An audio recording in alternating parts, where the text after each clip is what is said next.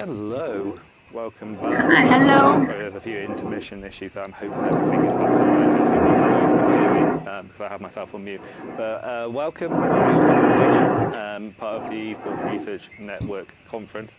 I am really bad at pronouncing names, so I'm going to let you present yourselves in terms of this, but I want to just highlight this is the work under the Esports Uncensored between digital governance, power, and jurisdiction, and of the European Court of Human Rights. So I'm going to pass it over to you. Have a wonderful presentation. It's great to be with us, and I look forward to seeing your findings and your results. So over to you. Thank you so much.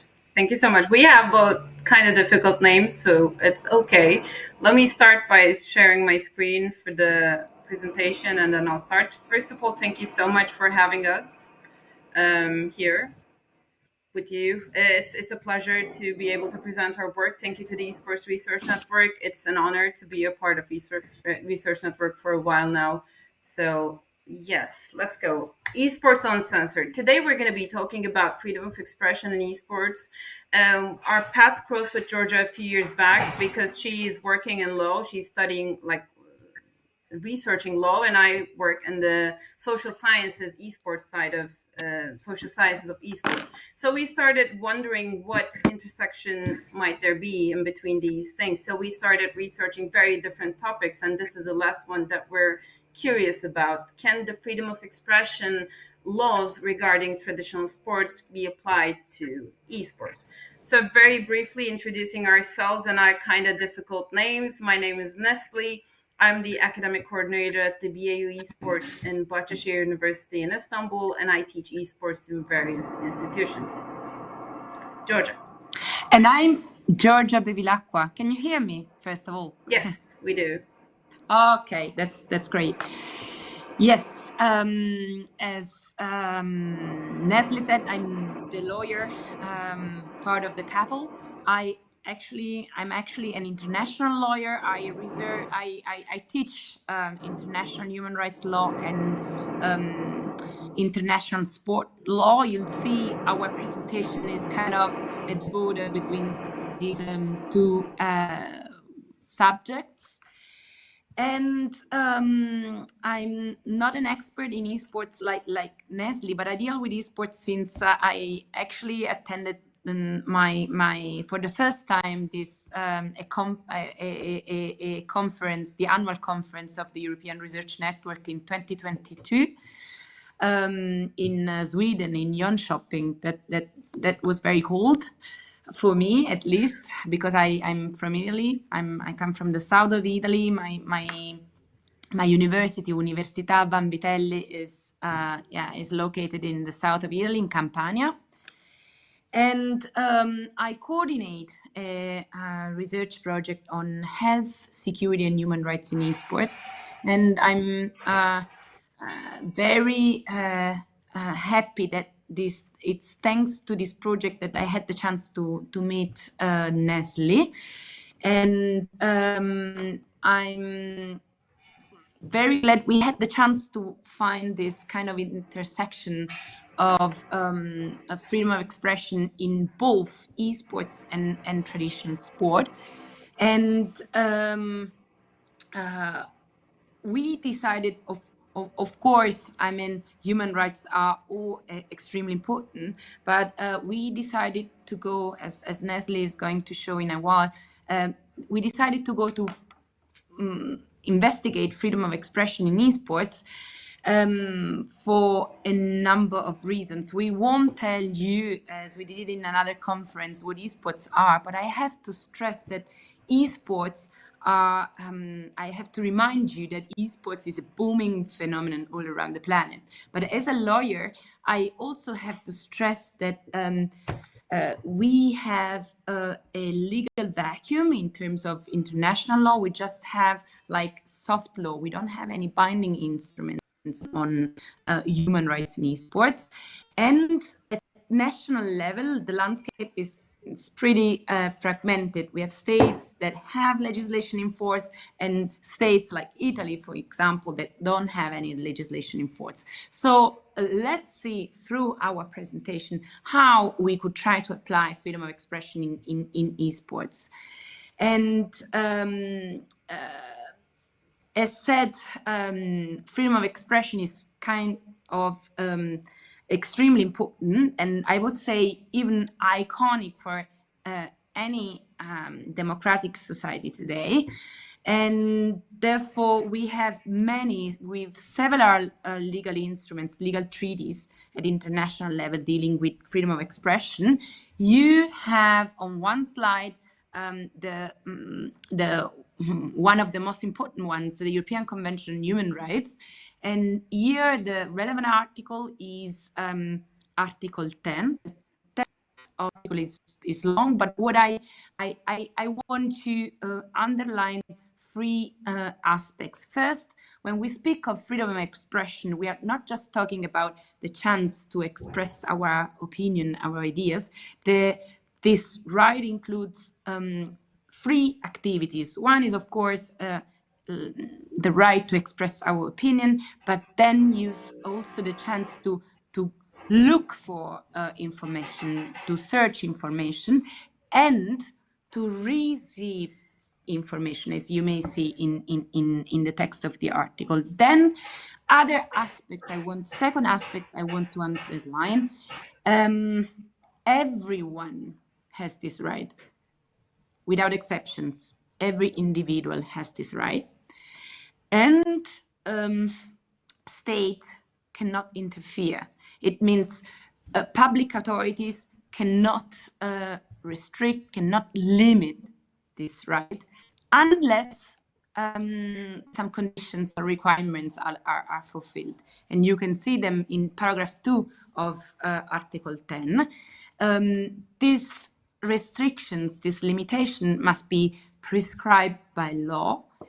Then these limitations, this interference must be necessary in a democratic society, and this must be necessary to reach and one of the situations you've listed in the article. Nesli, please go ahead. Yes. Oh yeah, so freedom of expression, it's a two-sided coin. And one side, we know esports has this immense potential to create like cultural exchange, to create a community, to build connections between people, a platform for communication, which is amazing. But with that comes the dark side, let's say, of the freedom of expression and freedom of speech, that it creates a lot of hate speech. It opens the platform for discrimination, violence, and toxicity. So the central aim of this paper is to ask, when does freedom of speech in esports remain protected? And when can authorities should they, we don't know, legitimately intervene? So to answer this, we want to look at we want to first look at two cases from esports, and then we pick two cases from traditional sports to see the juxtaposition, and then see where the European Court of Human Rights has already ruled on similar questions. And by comparing the two, we can maybe understand how the same principles might apply in esports. So two cases I picked, handpicked favorites. The first is the Blitzchung case. I'm sure a lot of people here might have heard about this case. He's a professional Hearthstone player, and he, after a match in 2019, like after match interview, he's invited for an interview, and he wore protest style gear, let's say, like goggles and a mask, and then he shouted, "Liberate Hong Kong, revolution of our age." And as you can see, the interviewers are nowhere to be seen. They just skipped the cameras. They just ran away. And the second example is the ESL Russia decision. ESL, again, as you might know, is a third-party tournament organizer, and they announced, in light of the Russia-Ukraine conflict, organizations with apparent ties to the Russian government will be banned from the ESL Pro League. And they say it included individuals and organizations under alleged or confirmed EU sanctions related to the conflict. So it's a very broad ban. So these two examples are, again, debatable, but it opens up the platform for very interesting questions. So what happened to them? In Blitzchung case, the publisher Blizzard banned the player Blitzchung for a year and stripped his prize money, arguing that he had violated competition rules, which are, again, as you might know, a bit vague in these cases. And this sparked a huge global debate. Was Blizzard entitled to sanction him?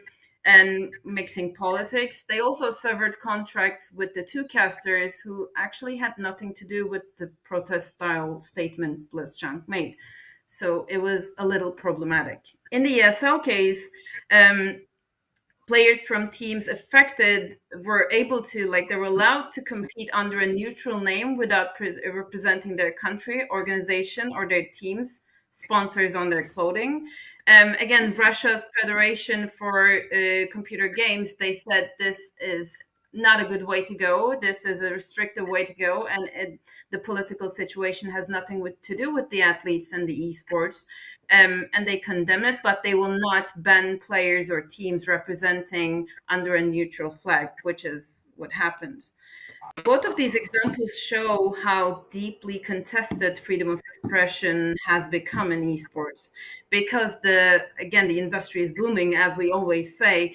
It brings up new questions. It illustrates, just like traditional sports, we are constantly facing the question, how far can players, teams, fans, companies can go in expressing themselves, and when does an authority have the right to draw the line? So just to show the contrast, we have the two sports cases that Giorgia will talk about.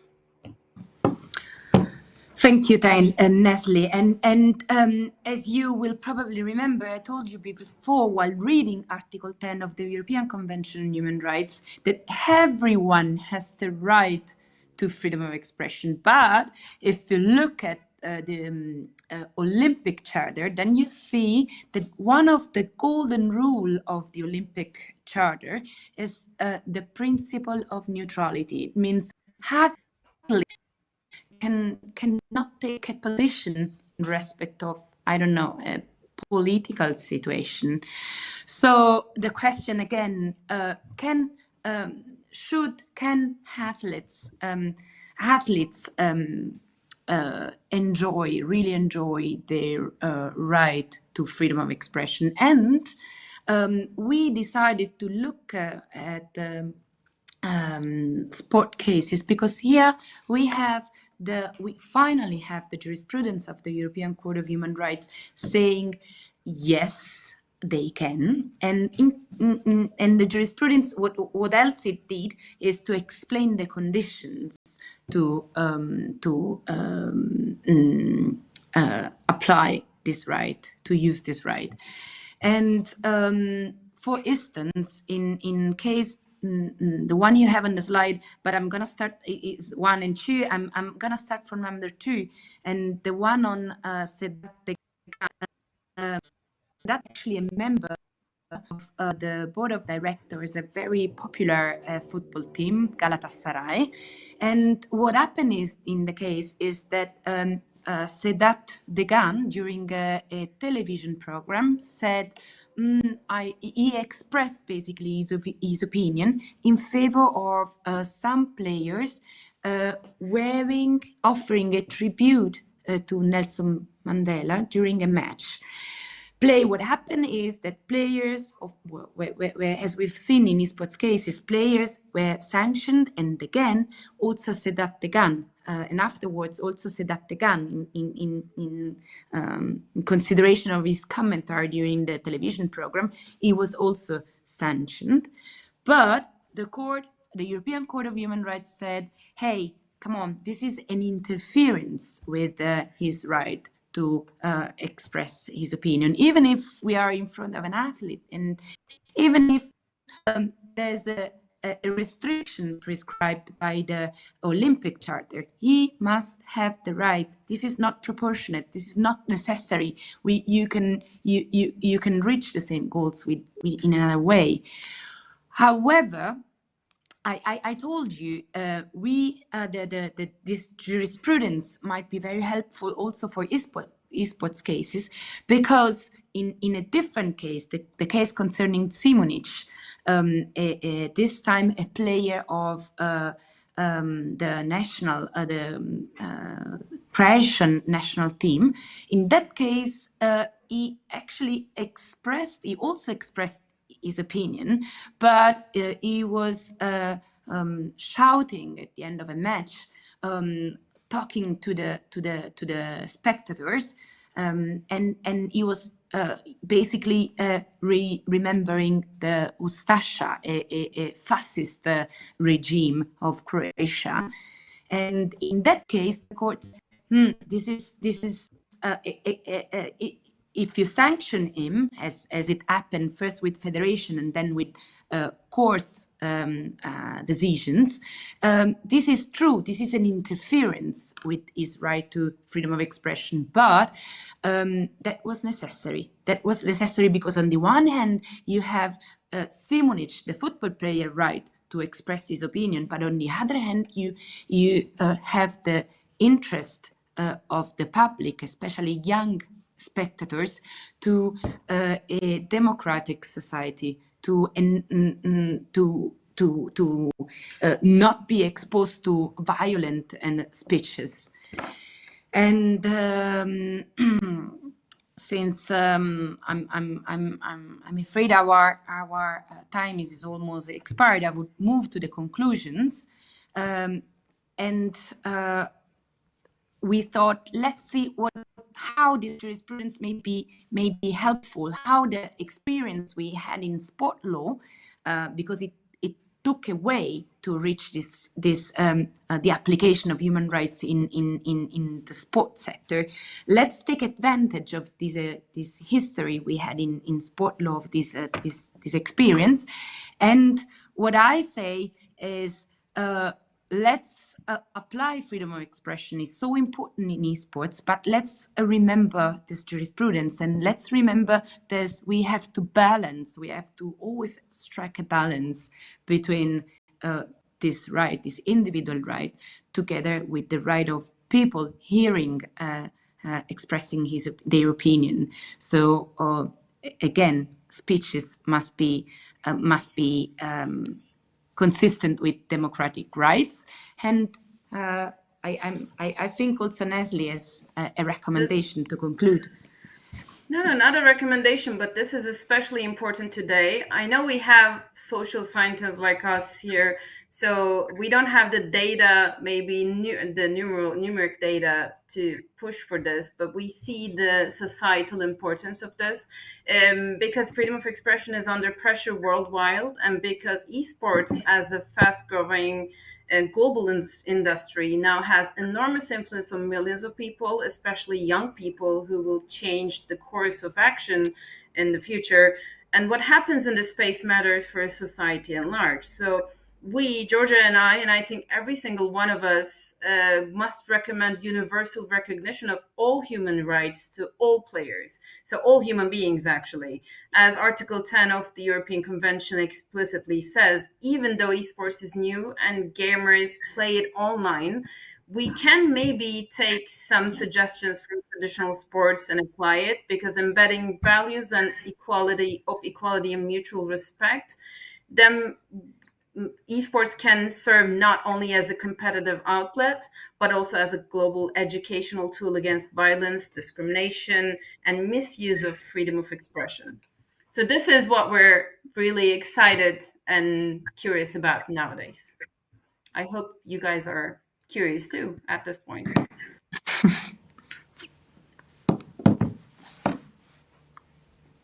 Oh, if we have any questions, we're not seeing it.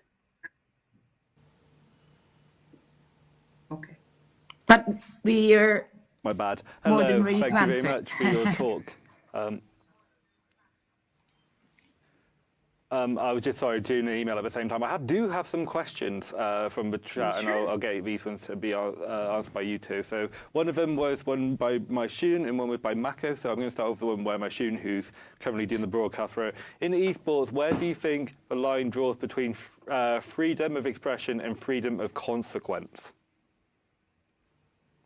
Oh, Giorgia, that's a you question, I think. What do you mean for freedom of consequence? Sorry. So the viewpoint of freedom of consequence is how I interpret it is that obviously having freedom of expression, you can express what you feel like in relation to a range of different things, with people taking it as their opinion, I guess. But freedom of consequence is understanding the fact that your freedom of expression could lead to negative consequences and further sort of connotations. Say, take into example, if it's on, say, a riot-based IP, that you may have a viewpoint, but it may lead to consequences for you and the publisher, for example. What I think is extremely important to apply the general regime you usually apply to freedom regimes. And the only limitation you usually have when you speak of freedom regime is the respect of the other freedoms. So the rationale behind Article 10 of the European Convention on Human Rights is you have these rights, but you have to consider also the consequences of expressing your opinion. And the consequences might be the same chance for others to express their rights. I think that's one of the main points that we're going to. We are not suggesting a chaos environment where everyone is free to say as they feel, because that will create an incredible amount of toxicity and violence, as I just started off with the two sides of coin. So this is just about creating a framework that would put us in order, because, you know, gamers, we are a wild bunch. So we need a framework. We need an order. We need, I think, to know what the rules of the game is. And outside the game, the rules are a bit vague right now. With competitions, with social environment around esports, it's a bit vague. So we need different people coming together, just like Giorgia, who's a lawyer, but she came, and like Olympic professionals coming together just to create a framework for this new phenomena, because this is brand new. We don't know. This is brand new phenomena we're trying to navigate our way around. So no chaos, but a little bit of an order would be nice. Do we have any? Thank you very much for your answers. The last question I have, and then I'll go to an intermission, and thank you both at the end of that bit, which is how do you think the intensity of both competition and emotion that comes from high-stress gameplay of certain games impact what people might say during the heat of the moment? And we talk about heat of the moment and consequence quite often. So what would you say is your input in relation to those two aspects?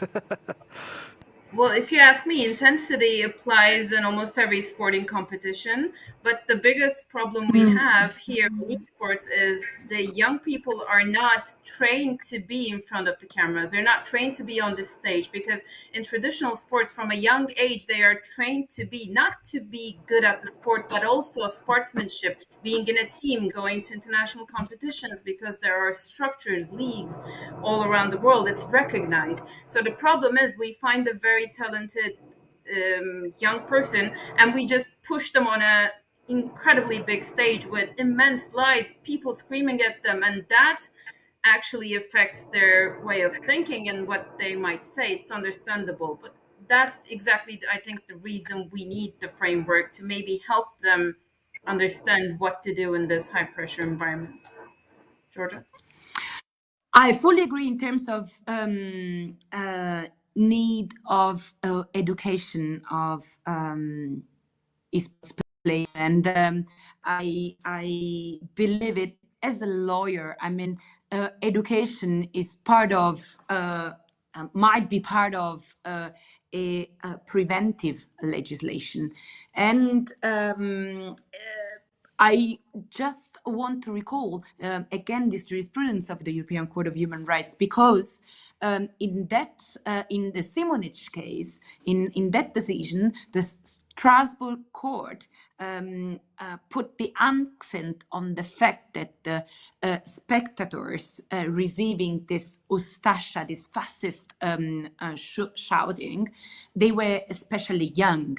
That played a role in for the decision. So what I think is let's take advantage of the fact that we don't have any legislation, or that the legislation is very fragmented at the moment, to draw the attention of the legislator on need of education. You can't say your opinion when this is in contrast with the results of the game, with the situation, but you have to do it in a proper way. And let's remember, everyone, that as Nesli said, that we are talking about something that is virtual, but like our conference, these should have and have real life effects. Thank you so much for having us. I know we need to be mindful of the time. If you want to talk more, we're always available. LinkedIn, emails, just shoot us. And we're excited about esports and intersection of everything in esports. Thank you so much for having us. Thank you. Thank you. Perfect. Thank you very much, pair of you. It's great to have you both with us, and I'm enjoying the EO in the background, Nesli. Thank you, Giorgia, as well, for your amazing presentation. We're going to do a short intermission now, and we'll be back with our next presenter shortly. Thank you very much.